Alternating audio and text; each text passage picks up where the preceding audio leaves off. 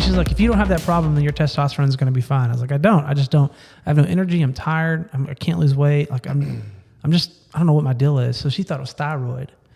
So no, your thyroid's fine. Testosterone's fine. Your glucose is really high. You're a point from pre-diabetic. And in my family, my grandfather, my uncle were both diabetic. My mom's pre-diabetic. So she's like, yeah. So you changing your diet or anything? I haven't had sugar. I've had 2 cookies in 3 weeks. That's outside of like sugar in foods. I haven't had any sugar. Added sugars. Any added sugar. Different? Other than 2 cookies. Do what? Do you feel any different? Well, I'm also on anxiety medication. It makes me feel better. Oh. So who knows? You look happy for the first time in about a year. It's been a rough year. I looked happier the day you were like, this is my last day at Vital. No, man. No, I miss this place. I miss being the weakest and slowest one here. Shut up. That's a lie. You don't miss that at all. No, I don't. That's not what On the Peloton, they encourage me the whole time. You're doing great. You're so awesome, Colby. Woo! And they're like flipping their hair around. Do you know what my Peloton name is? What? Colby is fat. I think I've seen that on. And nobody gives me a shout out ever. They're Ever. like, never. She's like, oh no. Because I'm like top, I'm not to toot my own horn here, but every time I do a bike, I'm like top 15%, top 10%. Yeah.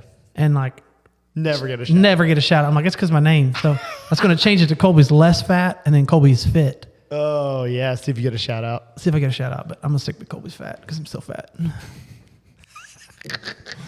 He's not on that little Debbie life, though. How's it been going? Dude, on my side. Has it? Oh, no.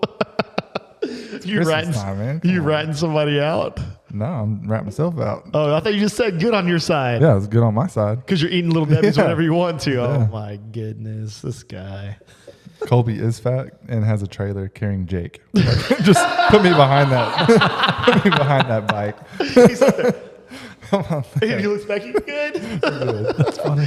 Jake's like, I'm good. I'm good. Eating the Christmas Little Debbie's, the Christmas tree. Christmas trees. Oh, my Oh, you know what's funny is my favorite Bluebell ice cream is chocolate chip, which is just chocolate chip. Chocolate chip, yeah. And you can never find it. I would say they don't really carry it anymore. So anytime they have it, I'm like, Crip, buy it. She's like, okay.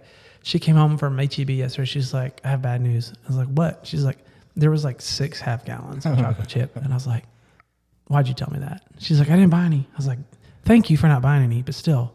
Now you know it's there and it's torturing you. Oh, yeah. I'm like, we got to get out of here because I'm going to go buy it. Oh, wow. That's funny. Yeah, we can't keep ice cream in my house. I don't buy it. And as long as it's not around, I don't even think about it. But if it's in my refrigerator or my freezer, think about it a lot. Eat it like a bowl every day. It's dangerous. It really. No, I try to like just go ahead and get it over with. Just eat it all in one sitting. One sitting. Get it out of here. Yeah. Just get diabetes in one shot. Boom. Let me show you how it's done. Come on. So is the anxiety medicine, is that going to be like forever now, or is that going to be something you want to try to get out of, or what? I'm going to try it for 6 months and see how it goes. I don't like to be on medication, period. Yeah. But I've been taking a bunch of vitamins since COVID because my lungs still haven't kind of gotten back to normal. That was August, September. And so I'm taking like 6 vitamins a day to 8 vitamins a day. And I know that doesn't seem like a lot to most people, but That's I don't. a lot. You get sick of taking that. We were taking it through COVID because we kind of had it together. Yeah. And I was like gagging trying to take vitamins. I was done with that. Yeah. I don't like it. Yeah, I'm not. That's Well, it was like, dude, it was like handfuls Yeah. of vitamins, Yeah, yeah, different, yeah. all 50 different types. It was just like, And if you don't eat every time you take them, you makes get you nauseous. nauseous. Yeah. Yeah. So she wanted me to do like a natural thing, and it was like 10 vitamins more. I was like, no, dude. So I'm going to try this, see if it helps. Yeah. And I know people who have done anxiety medication for short stints, and it just got them over the hump, and then they were fine for a long, long, long, long, long time. So you just never know. yeah. So- I used to be against that stuff all the time because, anxiety is like the new ADHD. yeah, it is. You remember in the 90s, everybody, oh, I'm ADD, I'm ADHD. I'm like, no, you're not. You don't want to listen. No, you're not. Like, my wife's ADHD. You ain't the same, right? You're not this. You ain't the same. But, Built different. yeah. But now, like, anxiety, everybody's got it. And so I was like, I think I'm depressed. I need to talk to somebody. She's like, tell me what's going on. I was like, oh, I just can't turn my brain off. I'm constantly thinking about this, and this. I don't sleep. I'm worried about this all the time. She was like, no, that's anxiety. He's like, no, it's not. She's like, no, yeah, it is. I was like, oh. That's such a weird thing, man. I wasn't planning on talking about this. Spin off of COVID, or is this something you've dealt with a long time? No, I think like, man, ministry is weird because I think there's some weird statistic like 90% of pastors struggle with depression, but none of them talk about it because it's or high stress for sure. Yeah, high stress. It's real lonely and stuff. Yeah. And I think like I've experienced it twice in my life. Once when I kind of like quit my first job, but the guy was like, yeah, you really aren't fit to do this. And I was like, oh. Is it the first time you'd heard that? Yeah. It was out of the blue. Everybody, like since I like made the decision I was going to do ministry, everyone I knew was like, yeah, this is for you. Like this is obvious where you need to be. And I was like, okay, cool. And so then this guy was like, no, you're not, you don't need to do this. You need to do something else. And I was like, what? You know about ministry? Yeah. And I was like, I quit, That's crazy. It wrecked me for a year. And then I finally got a different position, different church, and we were good. And then a few years back, things kind of got real kind of rough in life. And I started seeing a counselor, and he helped me walk through that. I think what really got me this time was when my wife got cancer. Mm-hmm. And then like a month later, she had surgery. And so I was dad, mom, pastor, taxi, caregiver. Burning on 4 different ends. Yeah. And then like immediately it was time to go get her PET scan to like really see if it had spread, because they did the surgery before the PET scan. And we got COVID that day.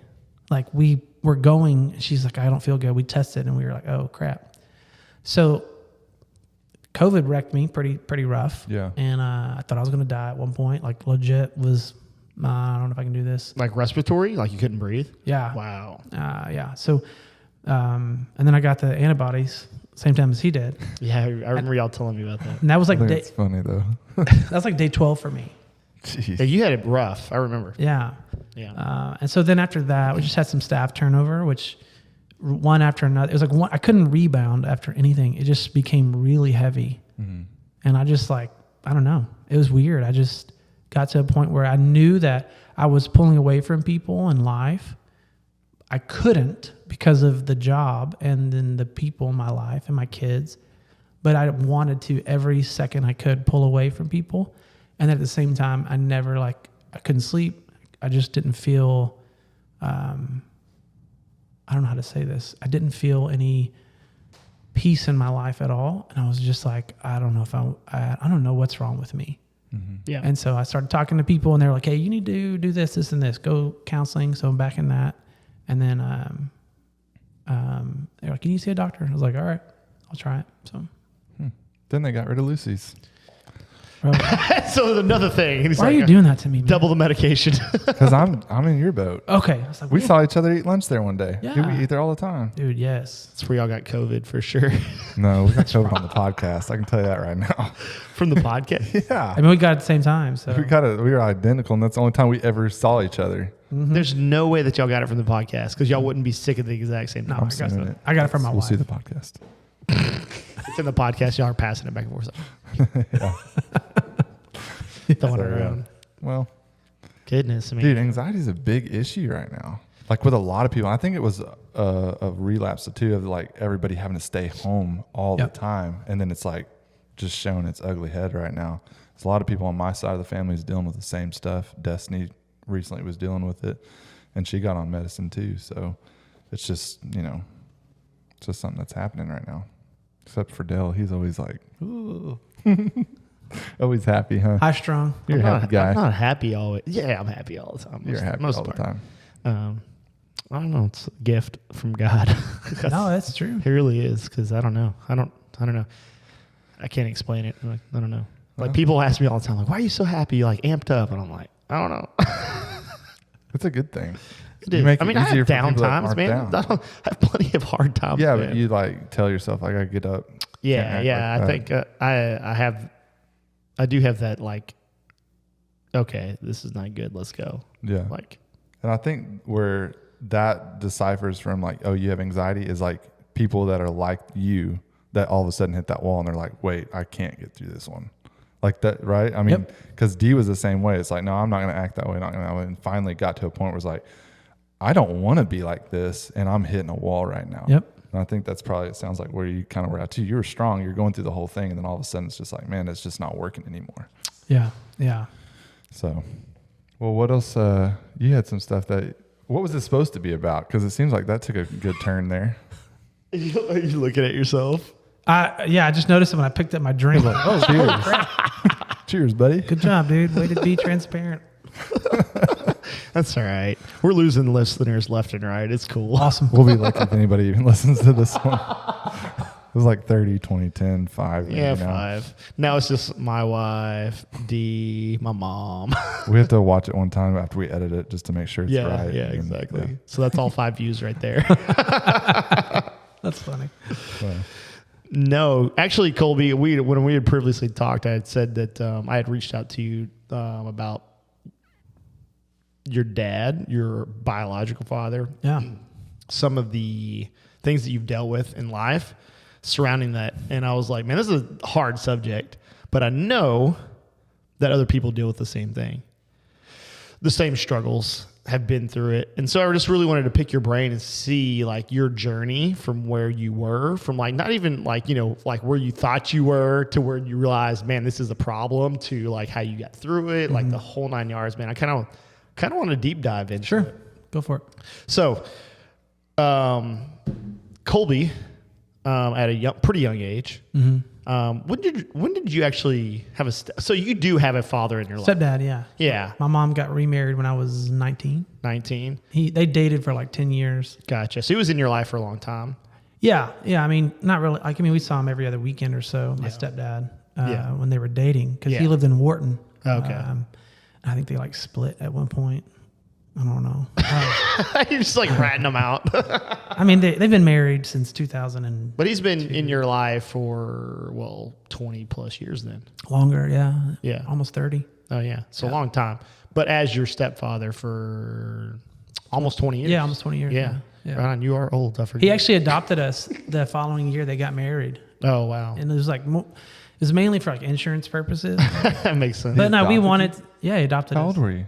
I was 19. 19, 20. Yeah, They can adopt someone over 18? Yeah. They got married when I was, sure. they got married when I was 18, and then I think they adopted us right when I turned 19 or something like that. Yeah. You can totally, yeah.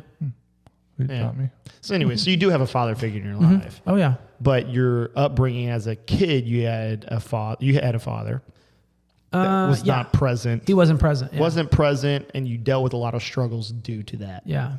Let's dive in, man. Okay. So I guess first things first, let's get a little background Yeah. on a little bit of your childhood, as deep as you want to go. Okay. From as early as you can remember, whatever. Yeah. So kind of weird. Like I don't talk about this a lot, but I know. It's okay though. This is good. I did with students when I was a youth pastor, but when I was like younger, I think I was 7 or 8. I get the timeline off. But 2 traumatic things. One, my parents split. My dad was a drunk, couldn't keep a job, real physically abusive to my mom and even to us. He was he struggled with, alcohol was a demon for him, like you could tell. And looking back, he was a different person when he drank. Completely different person. And you hear that and you're like, oh yeah, I get it. Like, no, like when he was sober, he was gentle. He was funny. He was one of the best mechanics you could ever meet, from what people have told me. The life of the party, but he would just start drinking and he would turn into just an angry, violent man. It was really kind of just a Jekyll and Hyde type of deal. Mm-hmm. Yeah.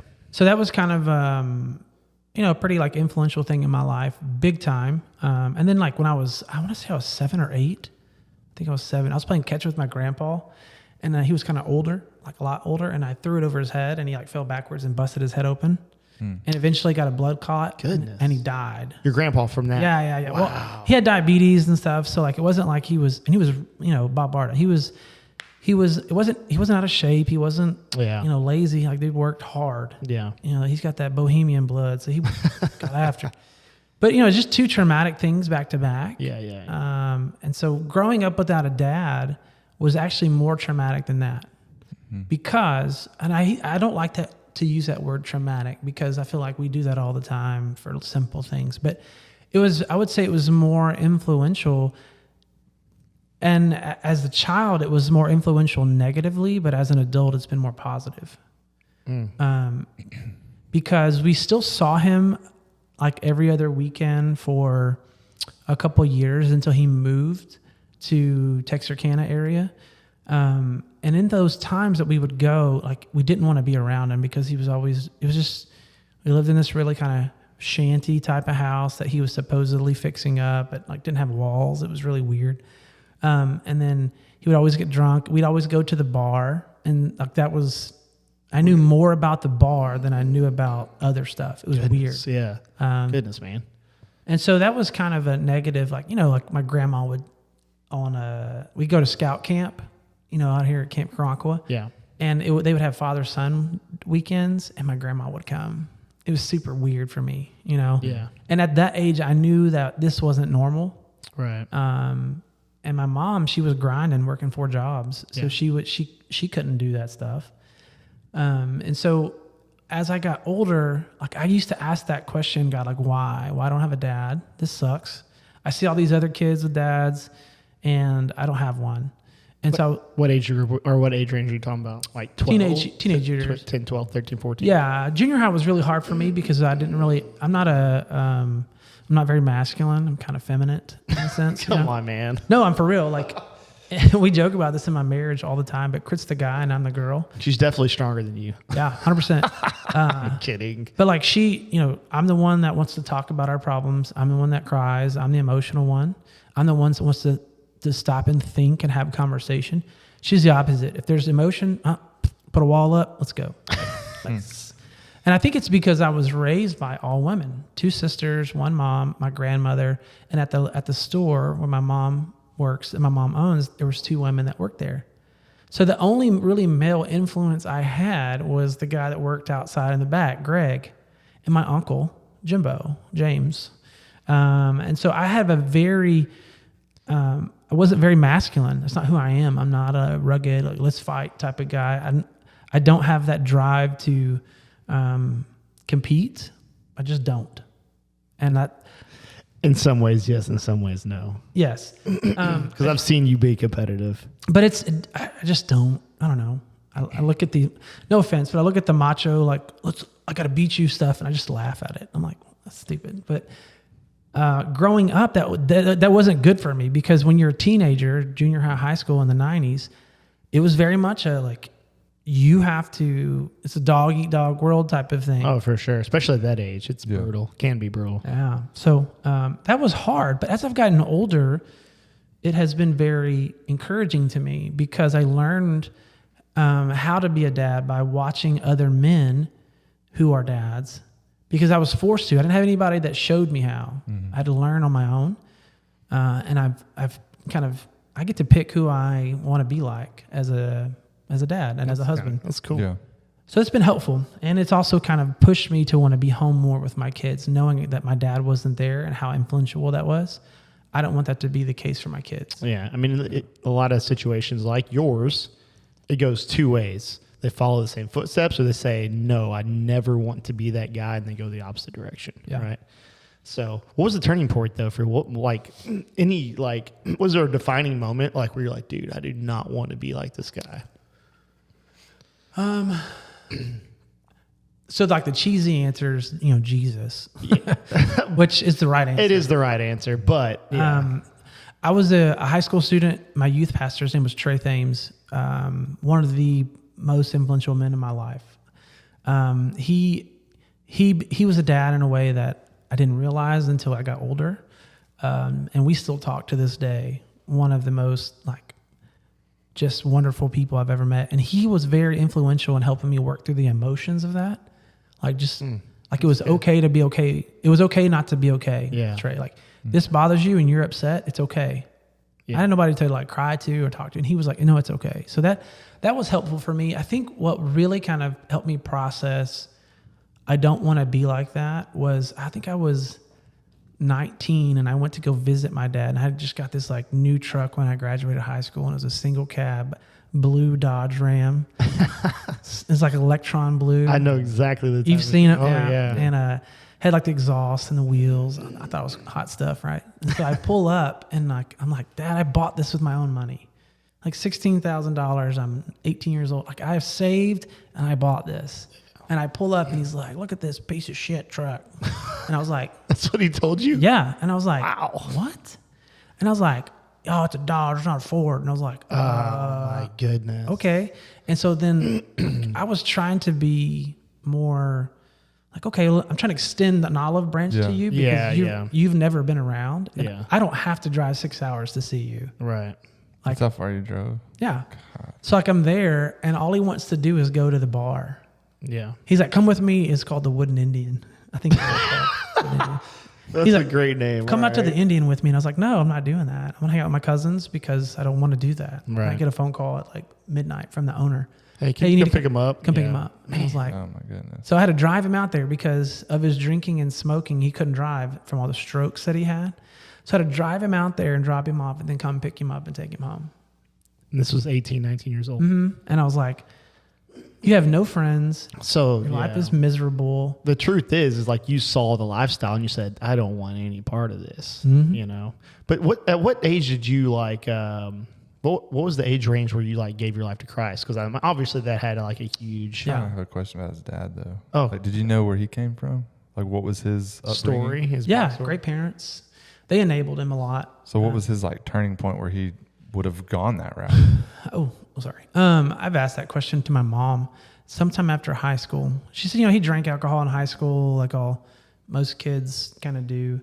But she said somewhere after high school, I think he didn't know how to handle the stress of having kids and working, and he just drank too much. So I want to say somewhere in his early 20s is whenever that kind of shifted. Mm-hmm. All right, guys. Really strange. Just interested. No, it's true though. Like that's a good question because it's like for some people it's like some moment in life, and for others it's a slow turn. Like they're just the needle's slowly turning over years, and next thing you know, full blown alcoholic. You know what I mean? And there's not like this any one moment. And for some people it's like a defining moment. Something happens, they lose a loved one, whatever, and they're just like boom, instantly kind of like shift gears. Yeah. I almost feel like the one that is slow is almost the harder one to correct. Because the one that has that defining moment, it's like, sometimes they can look back at their life and go, my goodness, how did I let myself do that, right? Yeah. And they can start correcting. Mm-hmm. But the person who's had that slow like turn into this devastating lifestyle, so much harder because it's almost like they've created habits and ingrained in who they are at that point, right?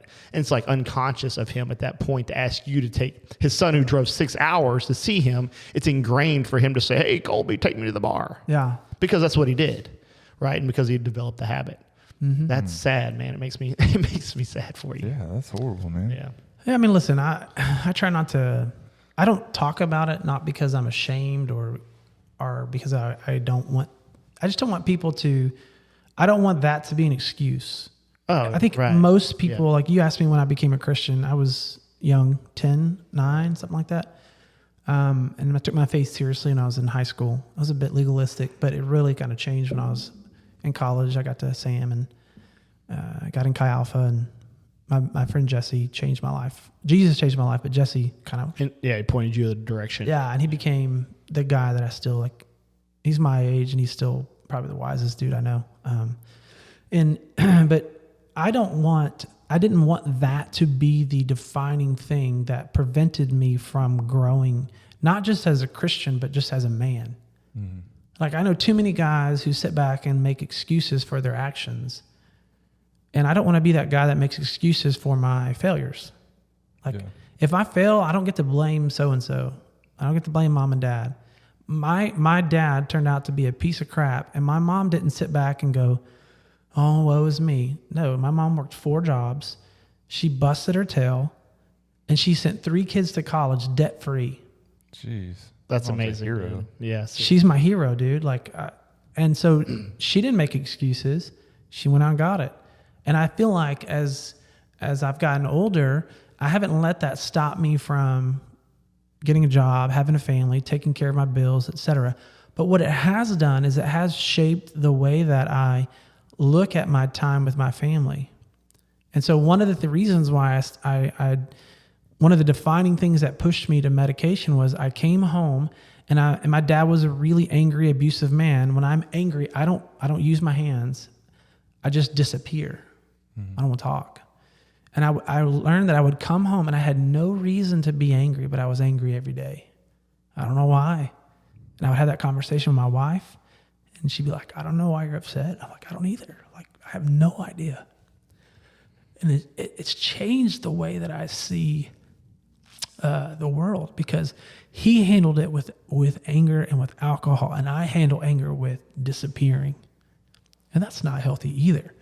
And so you have to really I've had to pay attention to that. Like, Lord, why am I here? What's causing this anger?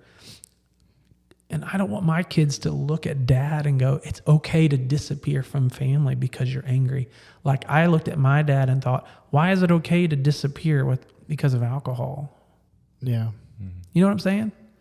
And so I think that's kind of what shaped the way I'm grateful for that, because if I hadn't experienced that, I wouldn't have been able to sit back and go, the only difference between my dad and I is that he handled it with beer and I handled it with just hiding in my room. Mm-hmm. Neither one of them are good for my kids or my wife. Yeah.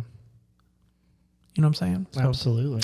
That was a kind of a big push for me, was when my wife and kids were like, are you okay? Like, what's wrong with you? I'm like, nothing. You really didn't know. Yeah. Yeah. They're like, well, you just seem angry. I'm like, you know what I am? This sucks. Yeah. You Don't want to be this guy. No, I don't. And that's the thing. And people in ministry and church, they always go, well, ministry is the hardest thing. It's one of the most stressful jobs. It's like top 3. You're right. It is. Yeah. It's not a reason. It's not an excuse. It's not an excuse to be that way to my family. Yeah. That's not cool. Man, Colby, you laid it on thick. That's what I do, man. That was good, though.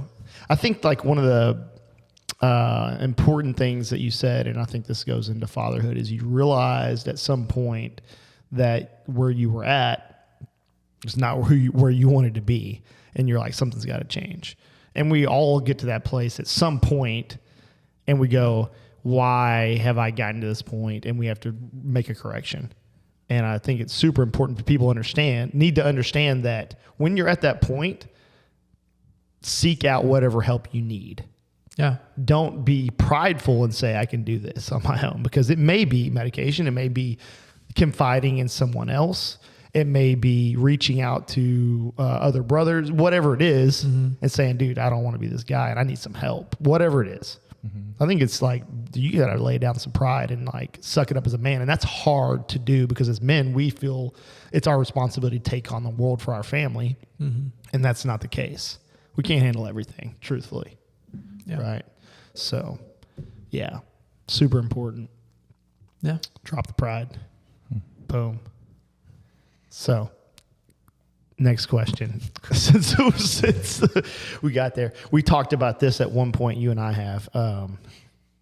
We talked about the fact that, because you and I discussed this because Nikki's passed too with her biological father. That's a crazy thing. It's like at some point you had a man step in your life and be a father. I mean, it was later in your life. But you said it yourself, like you had to pattern your fatherhood after other people because you didn't have a man in your life. But you didn't realize how much the effects of an absence of a father figure affected you until you were much older. Mm-hmm. Yeah. At one point, I remember you telling me that you thought, I don't even need this guy, and I don't need this father figure in my life because he's garbage. Mm-hmm.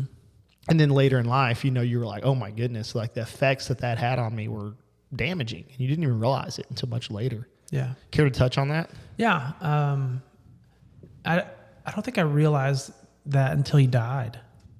Like, so my real dad died when I was a senior in college. So I graduated college December of 2005. And so I had plans to graduate and then go see him and like tell him about Jesus, share the gospel with him. November, I'm in Utah at my wife's dad's house. We're dating at the time. And I got a phone call. He died. And I was like, out of the blue. Out of the blue. Yeah. And it actually was like 2 days after it happened. So that's neither here nor there. But it wrecked me. And I could not understand, because here's a guy that was absent from my life. I didn't care to be around him. I had no desire to interact with him. And it revealed to me, even though he wasn't there, how much of an influence a father figure has. Even if they're not there, how much you need that. Mm-hmm. And so whenever it came to my stepdad coming around, it was hard for me I realized, like, he's more of a dad than this guy's ever been. But like, I was he's always, like, he's been the one, you know, like dads do, they yell at you and stuff like that. Like, I didn't experience that as a kid. Like, hold the wrench, you know, like hold the flashlight, hold the flashlight. That's it. Yeah. I didn't experience that until I got older. And it was like, you're a grown man and this guy's yelling at you to hold the flashlight. Yeah. That's hilarious. And I'm like, I'm not doing that. Like, anyways, like you hold your own flashlight. Yeah. It took a while for us to kind of mesh. And even like what really changed was when we started the church. It was 2 years ago. He's always been there. He's been a good dad, but we developed that dad relationship. Whenever all of like the church stuff changed, like when we started the church, and like he became a dad more than just one that like showed me how to change the oil, you know, yelled at me for not paying attention to this, but he became a dad that cared. And I had a conversation with him where I finally was like, look, I'm going to start calling you dad. How old are you at this point? 36, 38 now. Yeah, you're telling this guy at 36-year-old, I'm going to start calling you dad now. And he's been your dad technically. 20 years. 20 years. Yeah, I mean, he's been my dad. He's my adopted dad, right? Like, but I couldn't do it. Yeah. I couldn't call him dad. I always called him Tony because his name's Tony, right? And hey, Tony.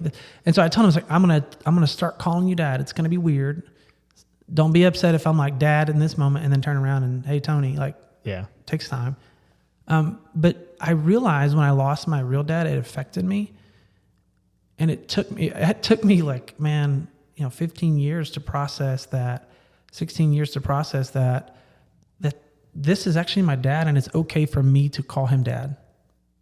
And like, men don't talk about this stuff. Like, we don't have these thoughts. Women, this is women's stuff. Like, y'all, I think about this stuff constantly. I'm like, he's my dad. Why am I so like awkward about calling him dad? Well, it's because I was afraid that like it would be unfair to my real dad. But then I was like, that's not unfair. Yeah, it's not unfair at all. No, like, he's the one that a dad is more than just the guy that donates his, side of DNA. He is the one that cares for you. He's the one that protects you. And it's really taken shape since we started the church, because I began to realize that God is our Father, and he's there to be a dad, not just creator, but to protect you and to care for you. Like my dad has done. And I'm telling y'all, like, it's the weirdest thing. Like, I'm sitting there looking across from him and I'm like, you're my dad. Yeah. That's kind of cool though, man. It really is. He cried, which is like, I think I've seen him cry twice. Yeah. Like, I imagine the impact that had, like, realistically, because think about it. He's been the man that's stepped up every time you've needed him for 20 years. Mm-hmm. And then one day you're like, all right, this is real to me, all of this, and weird. Even though it's been real the whole time. Yeah. It's a cool realization though. And I bet it did break him a little bit. It did. And now every time I call him and I needed like a ride somewhere, he's like, yeah, I'll come give you a ride. Whereas before he's like, find your own ride. You're like, I should have been doing this like 10 years ago. You're like, I need a ride. Dad. Yeah. I don't know. I'm kind of busy. Dad. He's like, I'll be right there. Yeah. Dude, that's so cool. Like, that you had enough maturity, even in your older years, to be like, you know what? I recognize something, and that this is how it should be. And that's God in your life. That is God. That sounds like God. He's always teaching you something, and that sounds like God was like revealing to you, hey, this is what I gave you, and this is like where it's at right now. And that you recognized it. That's where the maturity is at. A lot of people try to be that dad, and then the kid won't ever recognize it, but that you, even older, you didn't owe him that, but it's something that you gave him as a gift. Like, that's crazy. It jacks me up. Yeah, it does. I mean, I'm just, because there's so many people out there that have this scenario of like a dad coming into their life, and then they never gain that recognition where they really did pour their life out from how many years? You said 20 some odd years. Yeah. And they're not perfect. These guys coming in your life are not perfect. Right. No. But it's that, any guy that steps up to try to help a kid that doesn't have a father, they deserve some kind of respect or honor in their life, you know? Yeah. But it's hard because that kind of hits close to home in my family too. So I understand that. I didn't know that. That's cool. I think it's easier for women to do that because they're more of the, you know, oh man, this is the second time I've come on here, and this is the second time I've had to preface it by saying, this is not meant to be sexist in any way, but women are more in tune with their emotions than men, and they're more introspective. Typically speaking. It seems that way. Yeah, they're more introspective. So I think it's easier for women to have that, like, to sit and think and go, "Oh, you've been that dad," right? Men don't want to be vulnerable. We don't like showing. Right. We don't like showing weakness at all. That's why I tell you, I'm more feminine than I am manly, because I have no reservations when it comes to expressing, like, okay, this like, it wrecked me when my dad died, and I couldn't understand, like, why, because he was a piece of crap. Yeah. And like, it took years for me to go, oh, it hurt me because he was supposed to be something that he wasn't. Yeah, you wanted something. I needed him to be there at baseball games and scout camp. Like, that stuff sticks out for a reason. Yeah. And it's really helped me be present at my kids' games. Yeah. I want to be at them. I don't want them to say, Dad never came around. Dad's been at like 95% of my kids' stuff. I will not miss that stuff if I can help it. Dude, I saw a video today that almost made me cry. This is cool. And it shows you the impact. It was a little kid walking across the stage, just like on Facebook and stuff floating around. A little kid walking across this stage, and you can see him scanning the crowd to see if his parents are there. And at the bottom, it's captioned, the importance of showing up. Yeah. And the kid's scanning the crowd. He has this kind of like distraught face. He doesn't know if they're there. He doesn't know, you know. And then he sees his parents. He smiles and he pumps his fist like, yes. And it is one of the coolest things ever. And he's probably 6 years old. He's little, yeah. 5.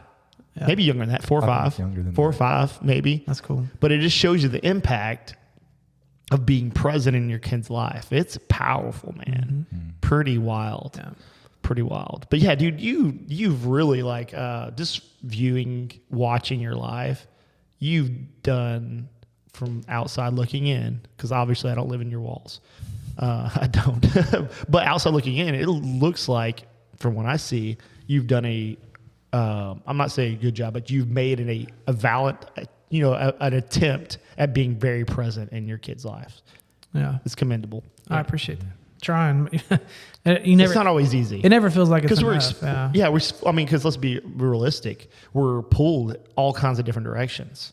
Mm-hmm. Hey, we have a job. We have people that depend on us. We have, our wives need things, and then your kids have things going on. And dude, it feels like we're doing this all the time. Each individual kid needs things. That's where it gets crazy. Yeah.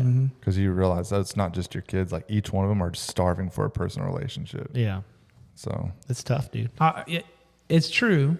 And it's funny because before I came here, I had a meeting at 8, had a meeting at 9, and I had a meeting at so you've been 11. talking since 8 o'clock this morning. Yeah. Good thing you like to talk. Sometimes.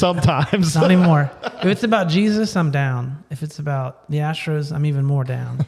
That's probably reverse. Should be opposite. But no, I had a meeting at 8, a meeting at 9, and then a meeting at 11. And then I came here. And I get home like at 10:45. And I'm like, no, I got to, I come in immediately. Dad, can we play catch? And I was like, I've got this important meeting at 11. It's hard. I was like, okay. So I got on the meeting. He's like, look, guys, I got 30 minutes. Yeah. I'm going to play catch with my kid after this, and I got to go. So we got he's like, Dad's not going to do this. And so I hung up, and I was like, hey, Noah, grab your glove. Let's go. And he freaked out, right? He's like so pumped. Yeah. We got outside and played catch for like 20 minutes. That's why I was a little late. That's all it took. All it took. And so after this, we're going to Lake Jackson. He wants to go to get Cane's. That boy loves chicken. Oh, Cane's is good. We need to cut this short, so who we got? Wrap it up with some Cane's. But I mean, it is important. Each individual kid. Yeah. It's so important. It's hard. It is, because every kid's different too, and they need attention in different ways. So it's hard. I think in some ways it's hard to connect with every kid, because they're like, with one person, like you're saying, no, it's easy. Go outside for 20 minutes, day made. Yep. You know what I mean? Emma might be completely opposite. Oh, it is. Right? 100%. Definitely. Yeah. And sometimes it's hard to find that connection, like how to do that. So can be a struggle. You had Really siblings I have 2 older sisters. Yeah. that were in the same house or no? Same house. Yeah. Did they turn out all right? I mean, Yeah, they're great. everything turned Both out good are- for them. He's not going to dog them on the podcast. They're pieces of garbage, man. It turned out just like my dad. I'm just kidding. Neither one of them would listen to this anyways. No, one of them is a year older than me. She lives in Pearland. She's a librarian, got 2 twin girls. She's a great mom. Yeah. Like one of the best moms I've ever seen. She's really good. And her kids are wild. So she's getting a double dose of her childhood. She's a great mom. And then my other sister is 6 years older than me, and they have a daughter. It's adopted. And great mom as well. Like just wonderful people. And you know, they all responded differently to my dad, and we all responded to my stepdad differently. And at different times. Sure. And we get along for the most part. Yeah, yeah. You know, but Yeah. yeah, I mean, Where's your mom live now? West Columbia. No, she's local. Okay. Yeah. Yeah. I don't know Colby Yeah, that much. Bob Arda. That's the. Yeah, Bob Arda Lumber Company. That was my grandpa. My mom owns that. Yeah. Oh, cool. Right on, man. I don't know where that's at either, but I disagree. Oh, yeah. I've been there thousands New of here, times. New here, man. In the age of like You're West not Columbia. that new here. 3 Yeah. years, I mean, but still. This place ain't that big, man. 3 years is plenty of time. West Columbia is pretty small. Well, you're a builder, so you're going to know lumber companies. That's true. I don't really know Maybe. anything. Yeah. So. Well, maybe not. I don't know. We're going to cover for you this time, Jake. Okay. I know where it's at. Colby, I don't know. I feel like we're at a good point. We could easily wrap this up because that was gold. It really was. I loved it. But you want to dive in some more? You got time? Yeah, I got time. Okay. Maybe another 15, 20 minutes. That's max. Sure. And I only ask this because I've dealt with some of this. Not me. Well, I've dealt with it personally through Nikki and her relationship with her, or lack of relationship with her biological father. She has got a great dad. Mm-hmm. Wayne Morgan stepped into her life at a very, very early age, probably the age of 4, something like that, and has raised her as his own. It's incredible. I mean, incredible. It really is. And he loves her. He's done an amazing job. It's not easy. He brought that up. It's not easy being a stepdad. But she dealt with some serious, and still dealing with serious emotional distraught of like abandonment. Yeah. And like not trusting people like to be in her life. And we're still deal with it all the time. But it really hit home when her biological father passed, and she never met him in her adult life, period. And so I'm like, man, the impact that man still had in her life, and she didn't even know who he was, but the damage that was done at such an early age carried on at, we're still dealing with these things at 37 years old, and it is hard, man. It has been hard for her. What's your take? Did you deal with those same kind of things? What's your wraparound on that one? Yeah, I did. I still do. Like, I mean, it still affects me to this day. Not like, when you grow up without a dad and you don't have influence, you find influences in different places. For me, it was like television and movies. I know it sounds silly. So like I draw a lot of my examples come from movies and TV. So 2 things come to mind. Number 1, top 3 movies of all time, Gladiator, The Things You Do in Life, Echo Into Eternity. And that's not always a good thing. That's true. It's not. But it's a cool quote. It's a great quote. Jeff has it tatted on his arm. It does have an effect that echoes. And sometimes that's not a good effect. And sometimes that emotion that you don't know is there comes out once, like with something traumatic. It comes out and you didn't know it was there.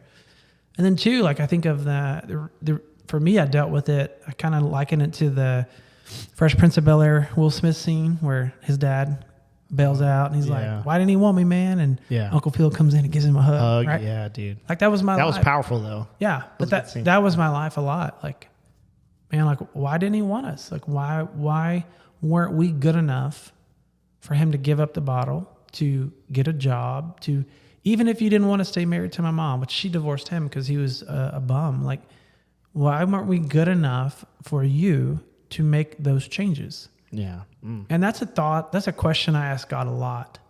And, I used to ask that question and the other question was, why me? Why me? What did I do to deserve that? And God answered that question. It wasn't a question that I feel like does justice for everyone, but for me it was, I'm going to show you what a dad ought to look like. And that's not it.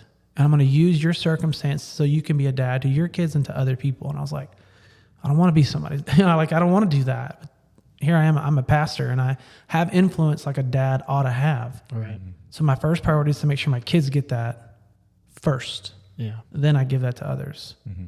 But the second question of, well, why weren't we good enough? It's never been answered. It never will be. He's dead. Yeah. I can't answer that question. It affected me emotionally for the longest time. It doesn't change. Even though he didn't want us, it didn't change the fact that God is still good, that he cares about us. That didn't change that. But what it did is it showed me that I can't, life doesn't always look the way you want it to look. It doesn't always come the way you want it to come. You have to be okay with that. And I still haven't got an answer, but I've learned to be okay, because even though he didn't love me, my stepdad does. Yeah. Like, legit, will do anything for me. Yeah. I mean, it's the weirdest thing to watch a dad care. Maybe not for you, but for me, it's still super weird to be like, this guy will do it. Like, if I ask him to do this, he'll do it and then do it 10 times better. That doesn't make sense. Because I didn't see that growing up. Yeah. And you now didn't see it growing up, but then if somebody's looking at you, they see that. Yeah. Absolutely. But I've never thought about that because I never dealt with those things. You know what I mean? I mean, obviously, I've thought about the love that we have for our children and how my dad loved me. Yeah. I've thought about those things and how it doesn't almost make sense. It really doesn't. Like, if you really think about it, you'd do anything for this person who's never done anything for you in return. Yeah. Really think about that. In fact, if they do anything, they're needy and they take. Yeah. So they're kind of a pain in the butt. But you would bend over backwards and die for them. Yeah. It's pretty wild. Which is really cool, because that's a miniature picture of Jesus. Of Jesus, it is. Doesn't make sense why he loves us as much as he does. Yeah. Something I ask every day, why? I am not worth the love you give. I don't understand that. I'm undeserving. Yeah. Yeah. Yet you still do. It doesn't make sense. I think it's super important too, Colby, for people to realize that because of the position you hold, all right? Hear me out. I got you. Because of the position you hold as a pastor, people expect you not to struggle with life and issues and all these things. It's so weird, and maybe they don't. Maybe your congregation doesn't believe this, but I love the fact that pastors need to be real. If you're not real on a basic level, people eventually see through you, because you will crack at some point, and they're going to be like, what? Mm-hmm. And then you have these giant mishaps, and it's all over the news, right? Yeah. Yeah. But I think it's super important that people realize that a pastor is still a person. You breathe, you bleed, and you're human. Mm-hmm. And the vulnerability that you're able to have with people helps you shepherd them. That's the truth. You said it, one of the best things. You should be an example of what a father should look like in your home and to other people. Yeah. Super important, man. I love it. I think that's why pastors crack so much, is because you have to put on this persona in front of people that's not realistic. Yeah. And it weighs on you. And where do we get that from? It's, oh, you're the shepherd. You're supposed to lead people. No, James says, you're going to be held to a higher standard. By who? By who? Who's holding me to that higher standard? You're telling me there's 10 commandments for everybody, and then there's 2 extra for pastors? Show me where it says that. I personally wrestle with that statement a lot, because I feel like personally that higher standard is people. Mm-hmm. They're holding me to a higher standard for whatever reasons. And I'm not using it as an excuse to sin. Yes, I'm the pastor, I lead, but I want to lead people in reality. And reality is I fail a lot. And I think that the more we are open about our failures, I don't mean like, hey, congregation, last night, I had six Mai Tais and got hammered. Like, I don't even know what a Mai Tai is. But, I don't either, but all right. You know what I'm saying? But I think it's important to be able to stand up and say, hey, my wife has cancer and I'm scared. Yeah, exactly. And I know I'm supposed to have faith and trust the Lord, but this is scary. I'm terrified. Yeah. So the reality is the scriptures teach us to go to Jesus. And right now I don't want to. Yeah. I want to ask why. I want to be upset. I want to be scared. But I know this is what I'm supposed to do. So can we do this together? Yeah. Instead, pastors are like, oh no, the Lord's going to heal her. It's going to be great. And you get these phony pastors that do this junk because they feel like they have to do that. Yeah. And then whenever they break, Yeah. it's catastrophic Yeah. because they're so used to hiding who they really are and how they really feel. Yeah. They fall into some sins that are really, really not good. Yeah. And that's why you see that. So I think it's important to be honest about where we are. And as a guy who grew up without a dad, I'm emotional, and I'm sometimes, I tend to wear my heart on my sleeve, but I think it's important to show what's true about who we are and where we are and what shapes us. Yeah. So Yeah. I mean, who knows? I mean, you may be the exact person, whether your dad had been present in your life or not. I think it did shape you in some ways, but you still may have been, as you call it, what did you say, effeminate? I'm pretty feminine. Yeah. That could have been regardless. Who knows? We don't know that. Yeah. So Have you, throughout like doing ministry or being around people, has God placed in your life people that have a similar story that you've had to like impart into, or no? When I started ministry, in my mind, I thought, okay, I'm going to be able to there's going to be so many kids who come from divorced homes, and I'm going to this is it, And for the first probably 9 years, I had none. None. That sucks, I really am different. And then the last 2 years of my youth ministry, something like 75% of the kids in my youth group were from divorced homes. Wow. It was wild. And I was like, okay, let's talk about this a lot. And we did. But now, I look around as a pastor of adults, I get along with women better than I do men, but I reach men faster than I reach women. It's really strange. You sit me down in a room full of people and I'll end up talking to women most of the time. Not in a shady way. I have more in common. I don't know why. I just do. But in my ministry, it's always been men heavy. Every ministry, it's always been more men in my ministry area than Which is women. actually really strange. It's very opposite in a lot of ministries. If you look at a lot of churches, it's filled with women and the men are tagging along. That's a lot of ministries. 100%. It's terrible. But it's the truth. You see it all the time. The Christian church is made up of something like 70% women. It's just unbelievable. That's probably very generous too. Yeah. That's pretty wild because and the truth is the men are just not stepping up, man. That's just the facts. But yeah. Goodness. That's so crazy. Opposite. It doesn't make sense, dude. I just do what I do. He gets up there and he cries and he talks about his daddy and stuff. And, and all the men are like, yeah, brother. Amen. No, all the guys are like, get down. This is awkward. This is a man crying.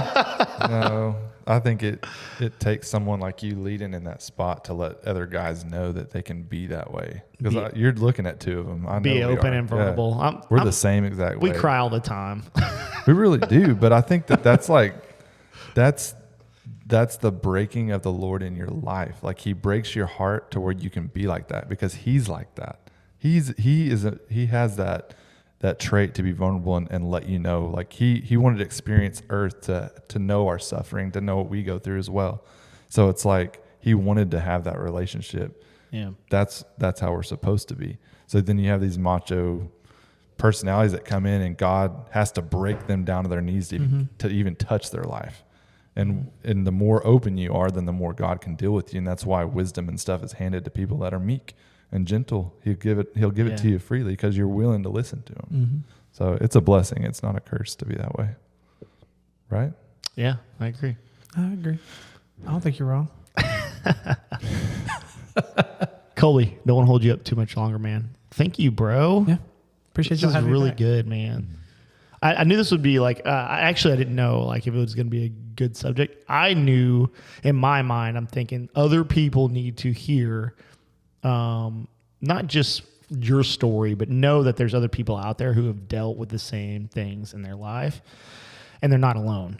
Yeah. There's hope. There's hope that in the fact that Jesus loves you. There's the fact that most of the people who've dealt with losing their dads or not having a father figure have somebody in their life that they need to go, man, I really need to thank this person for stepping up. Yeah. Maybe that's it. Maybe it's simply holding on to the people who are in your life now, and you're not even like thanking them, or you haven't looked at them and said, my goodness, I haven't realized that these people have been around me and helped me get through these things for years, and I've never realized it. So Yeah. I think this is good for those people to listen and go, yes, I identify with that, and this is healthy for me. So thanks, dude. Yep. Let's wrap it up. Glad Got to anything else? I'm good. I liked it. That was awesome. Good. Thanks, Colby. Yeah. Glad I could come. We're going to wrap it up. High fives from me and Jake. You get Colby one. doesn't like You that. didn't get one last time. I didn't. No, you're getting one this time. Okay. Boom. Manly stuff. We just broke some glass. Felt. Sunglasses. I don't know what that was. I don't know what that was. That was awkward. We're out. Later. See ya.